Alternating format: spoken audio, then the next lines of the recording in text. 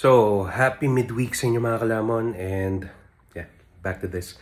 Um, Time my clock right now, it's 2:05 in the afternoon and as I mentioned kasi dun sa IG, dun sa accountability post, 24 hours after my last bite or last meal, hindi na ako kakain. So, I believe my last bite was around mga 4 to 5, mga ganun.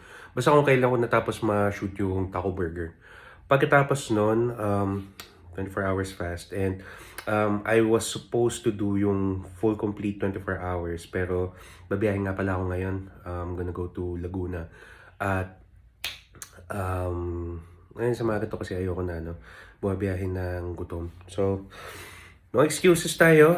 Thus far, I believe na sa may around 20 to 21 hours fast na rin siya. I just really have to hone in na ulit ng pagbalik sa 24-hour fast. Yeah, saan sa susunod? Well, to break the fast now, from Six Pack Chef, we have Go Light Baked Oregano Chicken with Pasta Pomodoro. So, lagyan natin yung sauce.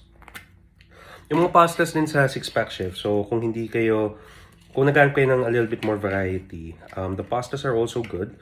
And they really taste well. I've had them siguro for the past few weeks. And it's good. So, that. Broccoli is a nice touch. And to wash it down, we have Ube Cream Cheese Protein Shake. Grabe no? 23 grams of protein. Yeah. Para ka na rin uminom ng post-workout protein shake. Thumbs up. Yes, sir. Ubusin ko lang to, tapos biyahin na tayo. Paint mo pa, bago pa kasi.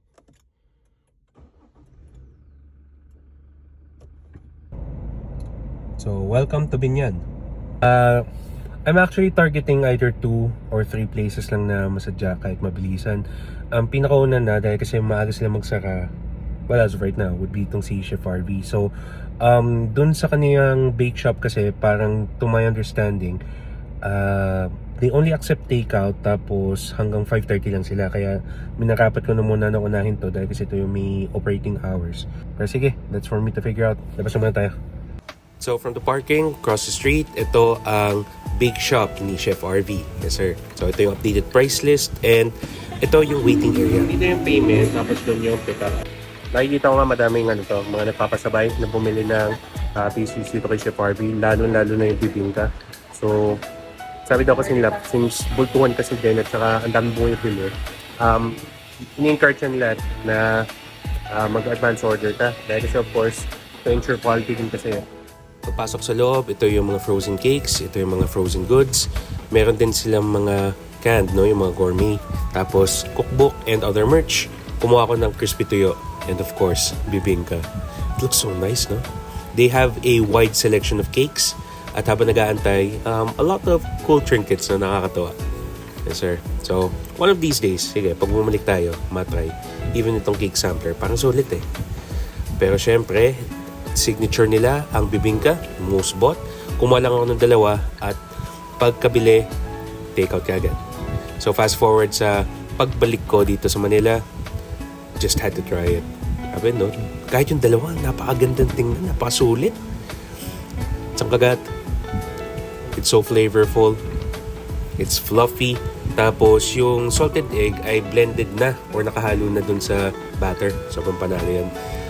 Now, we get to Atoy's Pork Chop dahil I believe this is one of the signatures dito sa Binyan. I've been seeing this for quite some time and narapat lang na matry natin.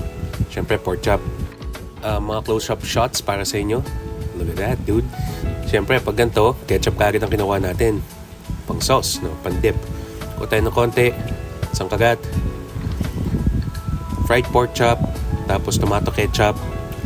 Tapos samahan natin siya ng fried rice and fried egg. Yes sir. Sobrang sulit. Panalo yun. I could see myself nga pag sabihin natin late ka nang umuwi o kaya kakarating mo lang mula sa biyahe.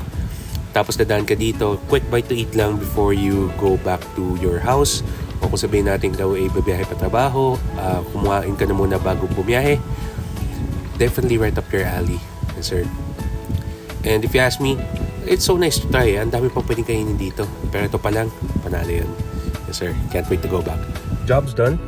At dahil gabi na, gym tayo. Was supposed to do Dayo pero narapat ko na lang na lumuwas na ng Makati at dahil dito, bumalik sa home gym. So tonight, just did delts. So again, focused lang on the 3 heads, pressing for the front delt and did some front raises pagkatapos nito and just did the work. Weight was manageable kung ano lang yung kaya makakuha ng perfect form and did some side laterals for the side delts. Tapos nun, it was a productive workout and I went home. Follow for more.